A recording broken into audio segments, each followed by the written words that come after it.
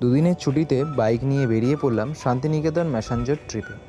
তো মোটামুটি সকাল 6টা নাগাদ আমরা যাত্রা শুরু করেছিলাম দুটো বাইক নিয়ে 4 জনে। আর শান্তিনিকেতন পৌঁছতে অলমোস্ট 5-6 ঘন্টা আমাদের লেগে গেল। তো সেখানেই আমরা স্টে করেছিলাম সোনাঝুরি হাটের কাছে হৃদমাজারে হোমস্টেতে, যেখানে রুম রেন্ট ছিল 1200 টাকা পার ডে হিসাবে। শান্তিনিকেতনে পৌঁছানোর পরেই আমরা ঝটপট করে রেডি হয়ে বেরিয়ে পড়লাম জায়গাটাকে একটু ঘুরে দেখে নেওয়ার জন্য।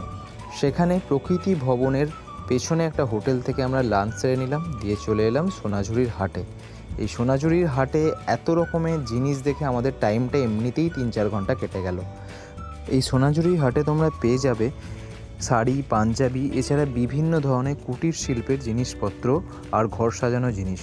তো সেটা তোমরা পছন্দ মতো কিনে নিতে পারো। আর এখানের সবচেয়ে মেন অ্যাট্রাকশন হলো এখানের যে আদিবাসী নৃত্য।